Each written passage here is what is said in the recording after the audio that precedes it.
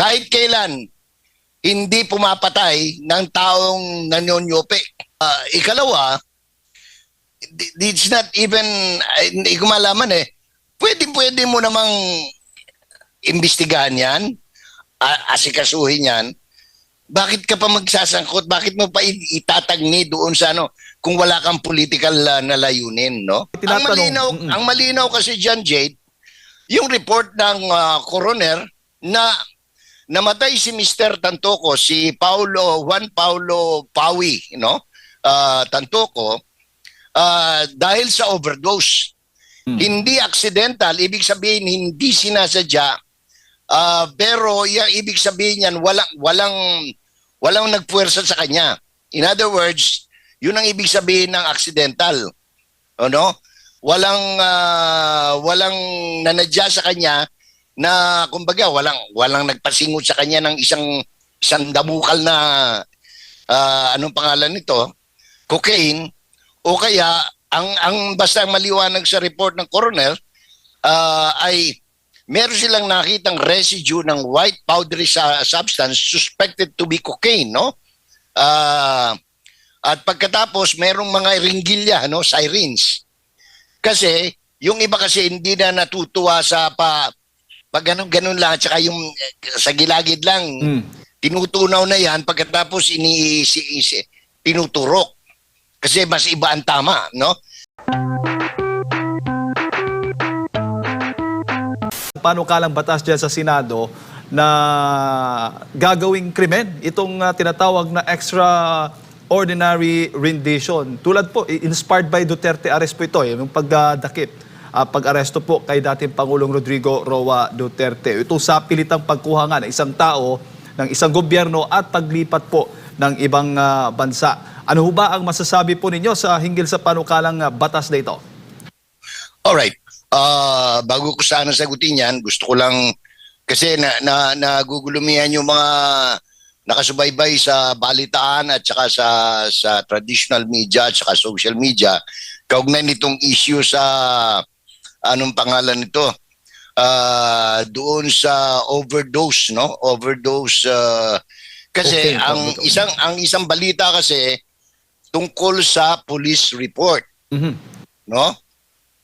Pero meron ding balita tungkol naman sa report ng coroner. Magkaiba po yan Yung report ng coroner, yun po ay magkaiba doon sa police report na nilalabas, may lumabas na pinost sa social media, merong nilabas ang Net25.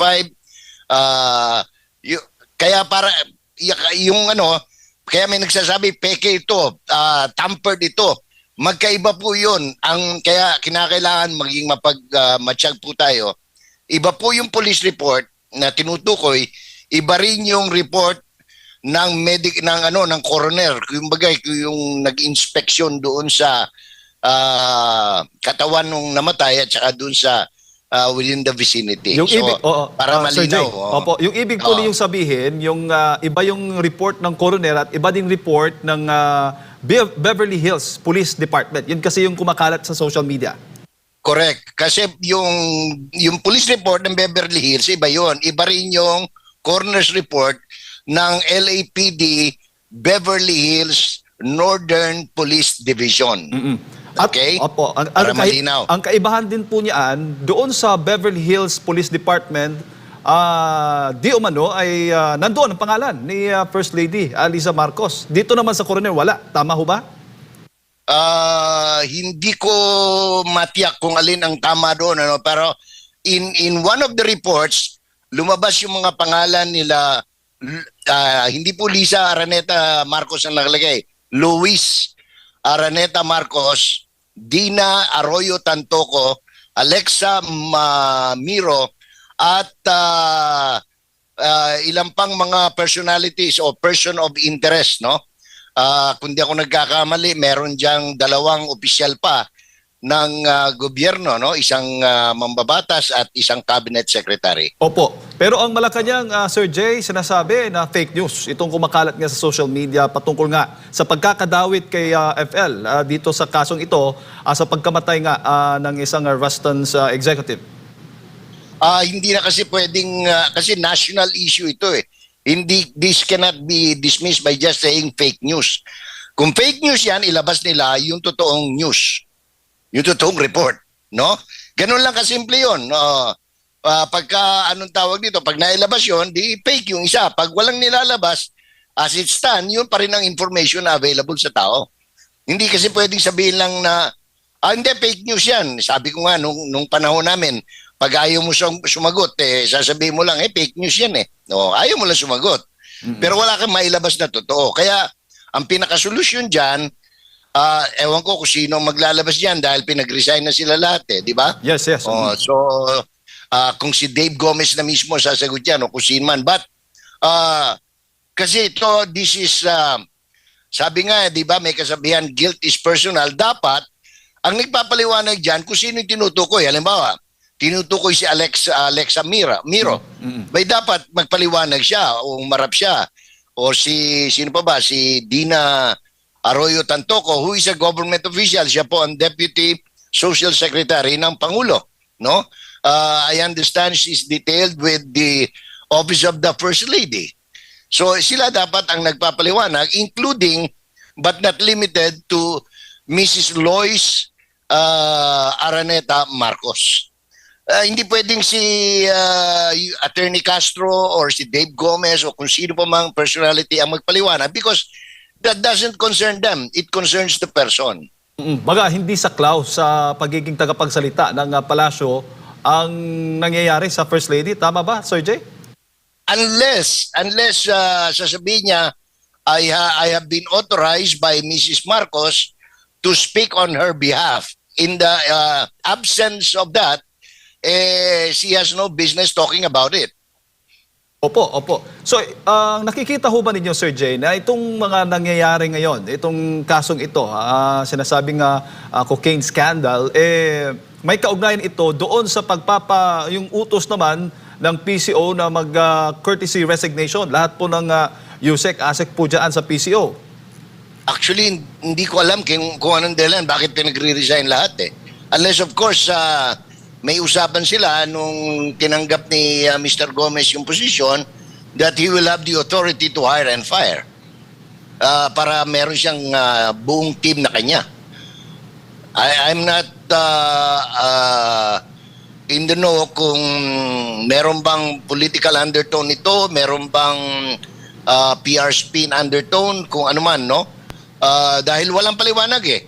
Basta sinasabi lang mag-submit ng courtesy resignation, no?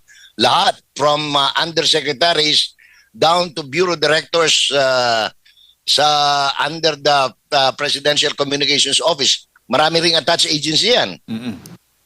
Opo, pero nakikita ho ba ninyo na sa ngayon ay may malaking problema ang Presidential Communications Office? Hindi lang ngayon, simulat sa poll. Malaki talaga problema nila hindi magkapareho eh. So ang ano rito is ang kulang kasi diyan, baka sabihin naman nila nagmamagaling yung ibang mga social media personalities, no? Talagang malaki ang kulang. Kung magiging tapat tayo, marami sa kanila hindi alam ang trabaho nila on how to handle the situation or the governance for that matter.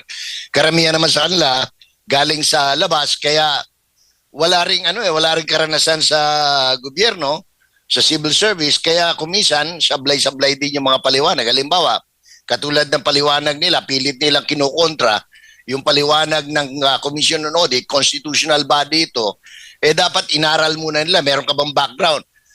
So ako, kung tatanungin mo ako, between the statement of, let us say, Undersecretary Castro as against Attorney Rowena Guanzon, mas paniniwalaan ko si Guanzon kasi dati siyang COA commissioner. Si Claire naman, kahit kailan, di naman naging opisyal ng gobyerno yan eh. Nagtrabaho sa gobyerno eh. Opo. So, papaano yan? Kasi nga ngayon, Sir Jay, dahil nga dito sa nangyayaring issue na ito, marami ang nananawagan na panahon na magpa-hair follicle test. Although matagal na itong panawagan nga ng ating mga kababayan. Totoo. sana ang dali-dali niyan kung tutusin, ano? Noon pa, as early as on the first year ng panunungkulan ni Presidente, dapat ginawa na niya yan, public hair follicle test, para tapos na, no? Wala nang usapan. Ang problema kasi, dinismiss lang niya, gumano lang siya. Wala yan. Para, hindi pwede kasi. Ang pangunahing issue sa Pilipinas, talaga namang whether we like it or not, droga no? Dito lang bumabalik na naman yung bumabalik na naman yung mga salbahing mga puser. Kaya nag-ano na naman kami dito sa barangay. Alam mo, kanya-kanyang community preservation na lang tayo dahil kung aasa tayo sa national policy, sabagay, sabi ko nga kahapon, siguro nga malamang successful yung bloodless anong tawag nito, war on drugs ni Presidente Marcos, kasi yung ibang napapatay na overdose na lang, di ba? Opo.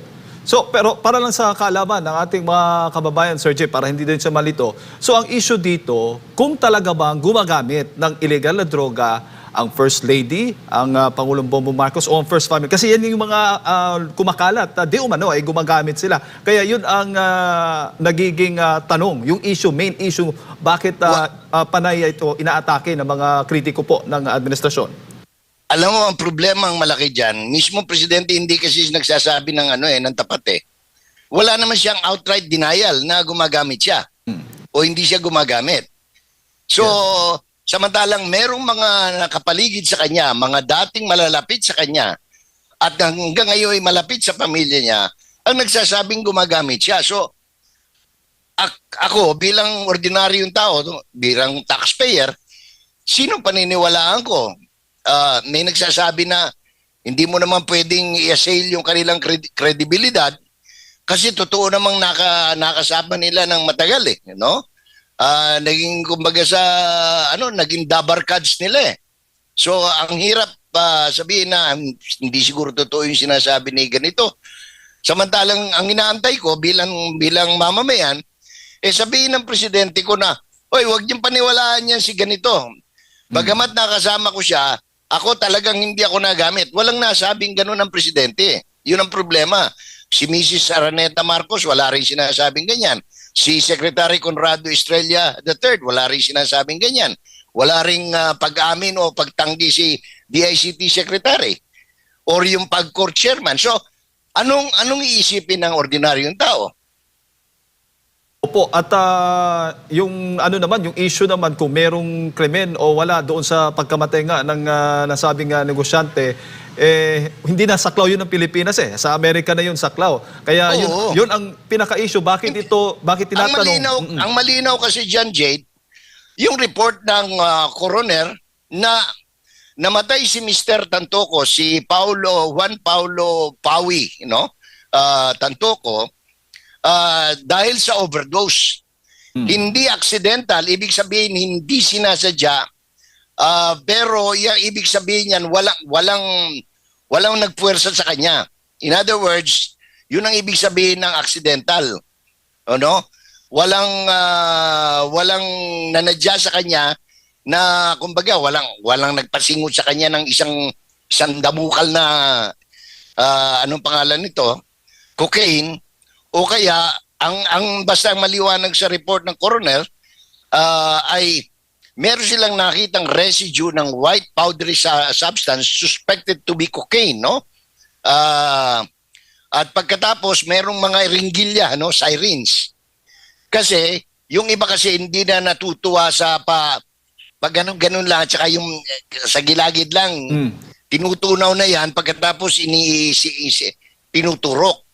Kasi mas iba ang tama, Kaya nga yung, kung naalala nyo, mga 2 days ago, nag-post ako, yung iba kasi, ayon sa mga nakausap kong mga dating mga lulong, na Sir Jay, sabi nila, iba ang tama, sir, pagka ininix yun Oo, talagang, yan, you're so beautiful, colorful, talagang iba ang amats. Pagkatapos, yun lang, talagang mas deadly. Oo, mas deadly talaga. Kasi pag hindi na kayanan niya ng puso mo, parang walang pinagkalayo yan, Jade, no? Pwera, anong tawag ito? Pwera biro. Walang pinagkalayo yan. Kung meron kang depression sa puso, tapos tumira ka ng ano yung yung, pagka makikipagtalik ka, yung gawa ng Pfizer, ang pangalan nun? Yung kulay blue Admar na Pildoras. Pagkatapos ininom mo yun para yung pagiging lalaki mo talagang pang 12 rounds, yung mga ganon. Meron kang depression sa puso, maapektuhan ka. Kaya meron din sa report ng coroner na naapektuhan yung kanyang puso. May cardiac complications, no? Oo. Yan ang nangyari diyan. Opo. At ang issue din, sinisisi din yung mga DDS supporters daw, Sir Jay, na nagpapakalat ng fake news. Saan ba galing talaga yung, muna. yung pag-mention doon kay FL na siya dawit doon o sangkot dito? Alam mo, yan na naman tayo, mapareho na naman to yung kay Risa eh. Sisisihin mo yung social media, yung DDS, dahil na kumalat yung video ni Michael Maurilio alias Rene, no? Ito, ganun din eh. Saan ba unang lumabas yan? Unang lumabas yan sa mainstream channel, mainstream media. Pinick up lang ng ano. Pero, noon pa man, meron ng mga balik. Kasi dito, hindi natin pinapansin. But there were already local reports in Los Angeles County, in Southern California, about this incident because doon kasi walang takipan na ganito eh. In fact, malaking issue ang drugs doon, lalo na kapag katulad niya, no, may namatay. Siyempre, uungkatin yan. Paano ba nagkaroon ng drugs doon? Ito ba'y binili? Saan binili? Kung ito naman ay dinala, paano na ipasok yan sa hotel? Paano na ipasok sa Amerika? Yan ba'y dumaan sa diplomatic pause kasi ang kasama niya puro mga taga-gobyerno. So, yan ang mga issue na kaya nga sinasabi hanggang ngayon open yung kaso, no? Bukas. Tuloy-tuloy ang investigasyon. Kasi nga hindi pa tapos dahil alam mo mabigat kasi ang parusa niyan na anong pangalan nito, Jade, sa Amerika, especially in the state of California, no? Dahil although suspendido yung judicial homicide. Ang tawag sa atin diyan death penalty, di ba? Sa kanila ang tawag niyan judicial homicide, no? By way of lethal injection. Ngayon, in the meantime, lahat ng dahil pinasuspend ng incumbent governor yan, state governor of California, lahat ng mga nasa death row ay nakakulong ngayon doon sa siksikan na kulungan ng San Quintin, no? It's a place in California where those who are detained are involved in crimes, no? Na may capital punishment.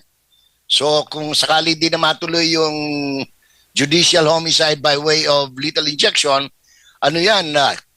kulong yan ng panghabang buhay, no? At meron pang multa. Kung di ako nagkakamali, kung ikaw lang mag-isa, ang sangkot dyan nasa $1 million, ang $1 to $2 million ang multa. At kung marami kayo, halimbawa ito'y conspiracy dahil nagparty kayo, nagkasabugan, namatay o kaya may nagturok ng injection dyan, hanggang 5 milyon ang multa dyan sa naturang kaso, Jade. Dalawang tanong na lang po mula sa akin, Sir Jay, bago ko ipasa kay partner Admar. Sabi ng PCO, Sige, di ba? bago natin puntahan yung issue mo kanina. Sige. Dito na tayo. Sabi kasi ng PCO, itong issue na dawit po, di umano si FL Lisa Marcos sa kaso ng pagkamatay nga ni Tantoco, it's a private matter. Pero karapatan ho ba ng mamamayang Pilipino na malaman ang katotohanan, maliwanagan hinggil sa isyong ito? I do not know kung saan hinugot ni Mr. Gomez yung kanyang hinuha na private matters to. Kasi number one, yung pagpunta nila sa Amerika is a government undertaking. Pinagyabang pa yan, no? Nagkaroon pa ng press release dyan na ito ay pagpapalawig ng ating kultura at kung ano-ano pa, mga heritage, no? Kaya inilunsad yung Manila International Film Festival sa Los Angeles. So it presupposes that it was a nationally funded, no? Hindi ko alam kung DOTC, kung under the Office of the President or whatever, because nakuha ko na nga yung majority nung isinama roon, no? Sa naturang activity. So it cannot be a private. Pangalawa, while totoong pribadong tao ang First Lady, hindi na po siya matuturing na pribado because anong pangalan nito? Palagi siyang karay-karay ng presidente at siya'y dinedesignate, inuutusan din ng presidente. Remember, she was sent to Dubai once, no? To attend to a government functionary. Pagkatapos maraming nagiging guest speaker siya on behalf of the president. Pangalawa, the security provided to the First Lady is nationally funded, government funded. So, ibang sitwasyon niya. She may be private, but she is also an extension of the office of the president or the president himself. Oo. Sir Jay, huli na lang. Possible ba na may kinalaman itong issue nga ng pagkamatay ni Tantoco dyan po sa Amerika ng hindi pagsama po ni First Lady Lisa Marcos sa US trip ni Pangulong Bongbong Marcos Jr.? Alam mo, isa pang magandang tanong yan, gawa ng for the first time, naging headline ng balita ng mainstream media, yung hindi niya pagsama. Why? No? Headline material ba yan? Unless, of course, there is some development that is not being said in the news, no? Halimbawa lang ito. Paano siya sasama kung nandun na siya sa Amerika ngayon?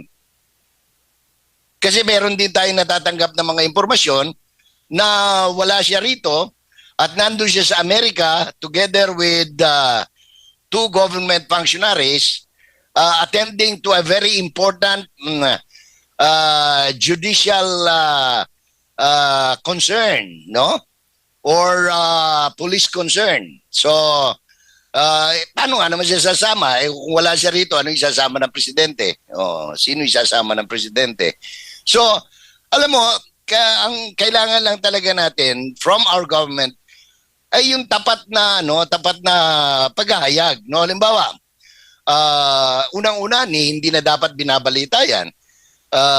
Ang dapat binabalita yung kasi ang hindi binabalita rin kahapon, no? Sinabi yung balitang 'yan, pero hindi sinabi sa balita that the president is not taking the Philippine Airlines with a flight number PR001. Many do not know that. In fact, ang advisory ng MRO, Media Relations Office ng Office of the President, PCO, is that yung kung gusto niyo kumover kay presidente, you are on your own. Ibig sabihin lumipad kayo na sarili ninyo dahil walang special flight ang presidente. And my information, I may be wrong, but my information is the president is flying on a private plane. Presumably the same plane, RPC 519 or 520, na madalas niyang gamitin sa kanyang pag-iikot sa Pilipinas.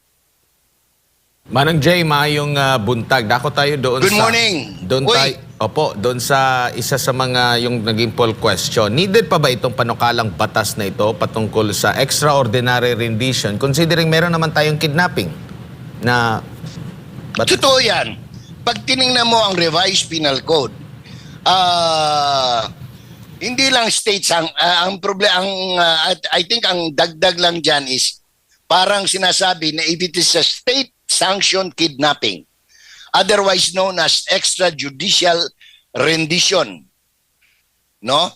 Kasi sa buong mundo illegal yan, bawal yan, except for the United States of America.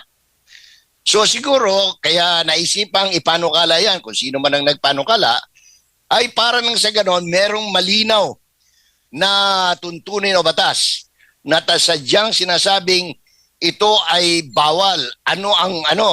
Ako kung tutusin, kung pupwede lang, because to me this is the highest treason, no? Isang pinakamataas na antas ng pagtataksil sa bayan, no? Kinakailangan diyan firing squad ang parusa. kung itutuloy nila. Hindi ordinaryong anong tawag nito? Parusa. Pero Manong Jay, di po ba sa Amerika sila mismo yung kumukuha? Tama ba?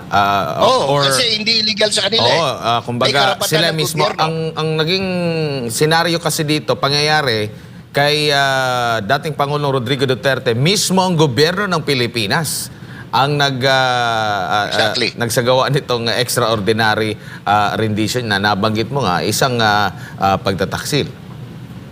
In fact, kahit na walang dahil yan ay treason na para sa akin yan ay treason. Dapat kahit na may batas na tayo sa treason eh. May batas na tayo sa kidnapping. Dapat yan sila yung maharap na kung sino man yung mga sangkot dahil hindi po talaga katanggap-tanggap na ang sarili mong gobyerno ang magkakanulo sa isang Pilipino, hindi lang ordinaryong Pilipino kundi isang dating pangulo ng bansa na naglingkod sa mamamayang Pilipino. So, hindi lang yon. Siya ay super senior citizen, 80 anyos, no? So lahat ho ng talagang hindi dahil sa pro Duterte tayo or naman, ito tinitingnan natin ayon sa lituntunin na existing sa ating batas at ganun din sa human side na anong pangalan nito, human consideration, no? So, pero yaman lamang na meron ng nagpanukala niyan, ako I do not interpose any objection, no? Diyan sa, in fact, sususugan ko pa yan, ang gusto kong parusa ay death by firing squad sa Luneta.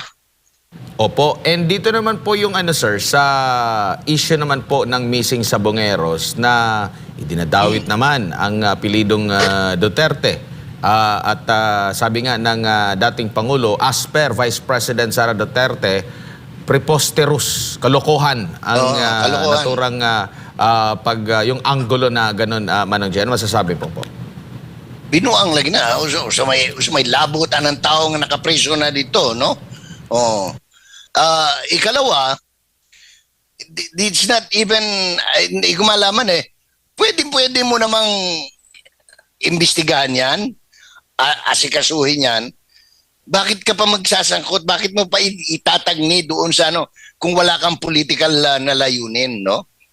Kasi unang-una,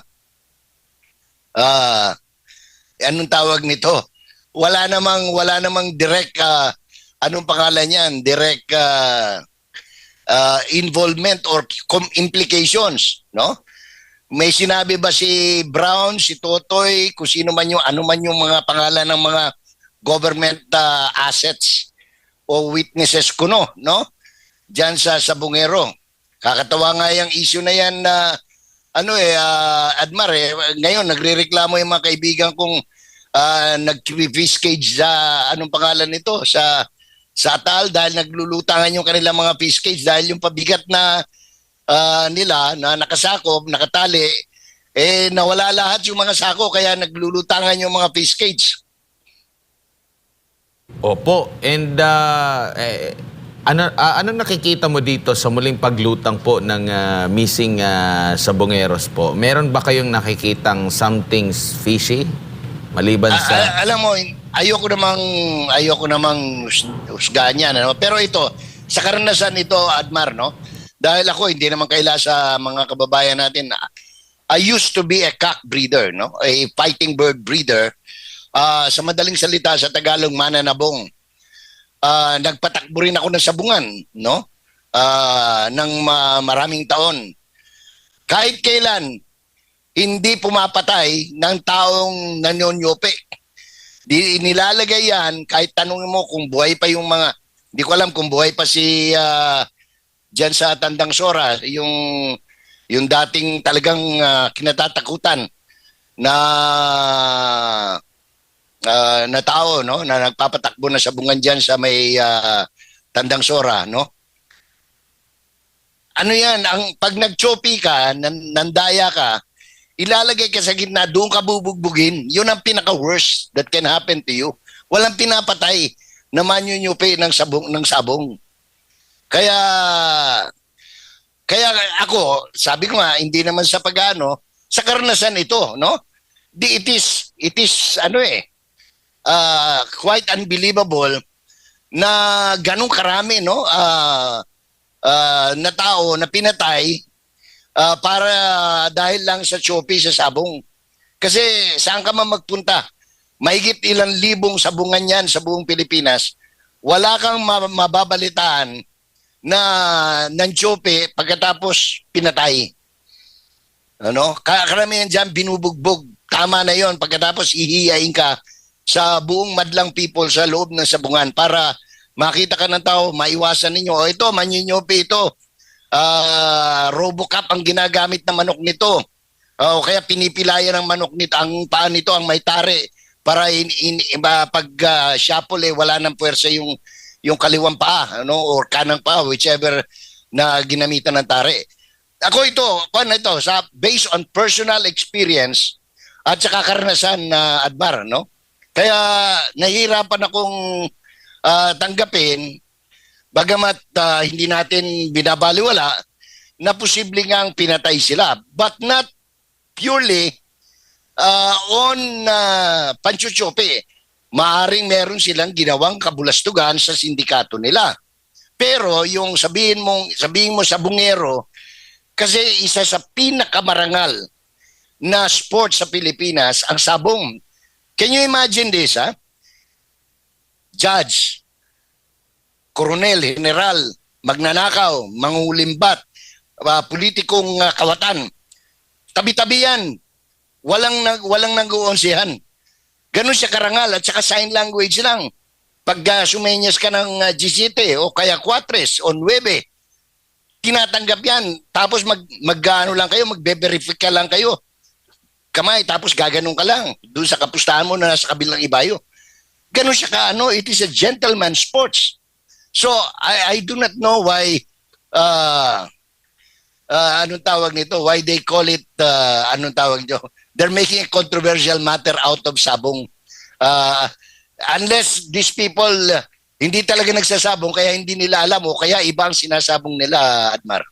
Opo. And dito naman tayo po sa iba pang usapin dahil dumarami po yung mga senador na nananawagan ng Teka muna, sandali lang, Admar, gusto ko lang, baka mamaya makalimutan lang. Sige po. Gusto ko lang mag-react doon kay Congressman, ang pangalan sa Bicol Saro,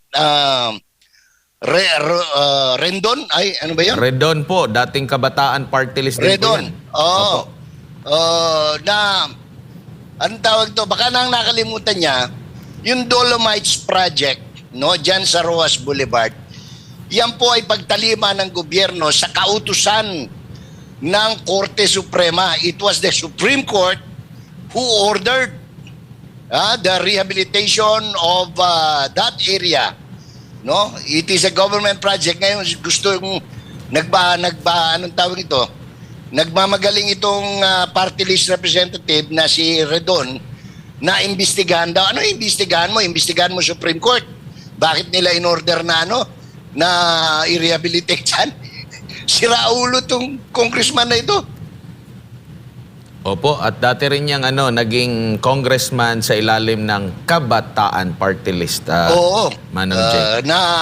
Na sinasabing front organization ng CPP-NPA. Opo. Dito tayo sa panawagan naman ng pansamantalang kalayaan kasi sa side po ni Senador Robin Hood, Senador Bongo, Senador Bato, gusto nila mapalaya na talaga, no? And dito naman si Senador Alan Peter Cayetano, sa kanya naman ay yung pahintulutan, yung interim release, house arrest na lang po. Ano ang nakikita nyo po dito? Meron bang kakayanan, especially doon po sa magkakaroon ng pakikipag-ugnayan, yung gobyerno natin, magkaroon ng negosasyon or kung ano yung mapag-uusapan, nang sabi lang ng Undersecretary yata ng Malacanang ay noted. Alam mo, depende yan sa ICC. Lahat ng ito, dahil nandoon na nga, ICC can do whatever it is allowed to do, no, under its rule. Ngayon, kung ang problema lang dyan is, pwede naman yan. Ibig sabihin, dyan din within the environs of the Netherlands, no? I understand yun ang proposal. I may be wrong, but yun ang pagkakaintindi ko doon sa panukala ni Attorney pangalan to, Alan Peter Cayetano, na it doesn't have to be in the Philippines or any other country. It can be done within the country of the Netherlands, no? Ang siguro ang lilinawin na lang dyan whether who will undertake, no? The expenses. Kasi dito sa Pilipinas, ang karanasan natin, pag nagpa-house arrest ka, yung respondent will underwrite all the expenses, including the expenses for the security. No? Parang ano yan, wala pinagkalayo sa hospital arrest. Ganon din, ikaw din ang magpo-provide para sa iyo. Hindi ko tiyak kasi wala akong details noong proposal ni Senator Cayetano, but that is feasible, no? If the ICC will allow it. Ang problema lang ng ICC ngayon is anong pangalan nito? How do they sustain their expenses knowing na ang kanilang pera ay frozen, no? In fact, yun ang problema nila, pati pasweldo nila sa mga tao nila, no? Dahil ano ito subject sila doon sa ginawang kautusan ni President Trump, freezing all assets and monies at lahat ng dinadaanan nitong sistema ng banking, no?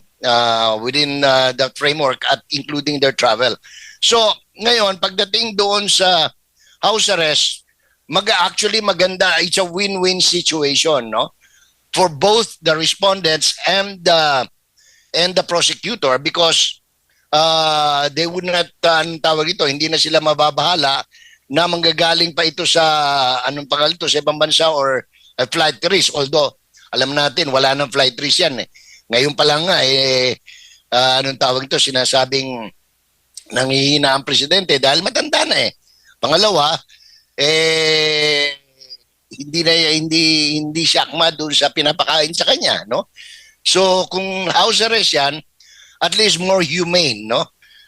Makakain niya yung gusto niya, maatendihan siya ng, ang daming gustong mag-volunteer ng mga nurses, Filipino nurses na nasa Europe, no? Who are willing to take care of him. Maraming Pilipino ang gustong mag-volunteer para ipagluto siya ng pagkain na akma sa kanyang nakaugalian at nakasanayan. So itong bagay na ito ay isang magandang pangyayari kung mapagbibigyan ng International Criminal Court, no? Although alam naman natin from the very start, yan ay talagang hindi dapat, no? Pero dahil nandiyan na yan, tingnan natin kung anong tawag nito. Kasi meron naman talagang interim release. So kung ang interim release, ang pinoproblema nila, yung bansa na kukup-kup sa kanya, no? Ngayon, ang kay Senator Cayetano is, huwag niyang problemahin yan. Diyan pa rin siya sa Netherlands, pero house arrest na, no? Diyan lang siya, para pag kailangan siya ng korte, makaka-attend siya kaagad, no? Pwede siyang pumunta kaagad sa korte, Atmar. Alright, Sir Jay, siguro mensahe po ninyo para sa ating mga kababayan na nanonood po sa mga oras na ito, Sir Jay. Well, ako, isa lang naman palagi ang panalangin ko na sana ay magkaroon ng katinuan, no, sa ating gobyerno, sa ating lipunan, sapagkat hindi po maganda itong nangyayari sa atin na nagkakaroon ng mga kaso ang tao dahil lang sa panggigipit, no?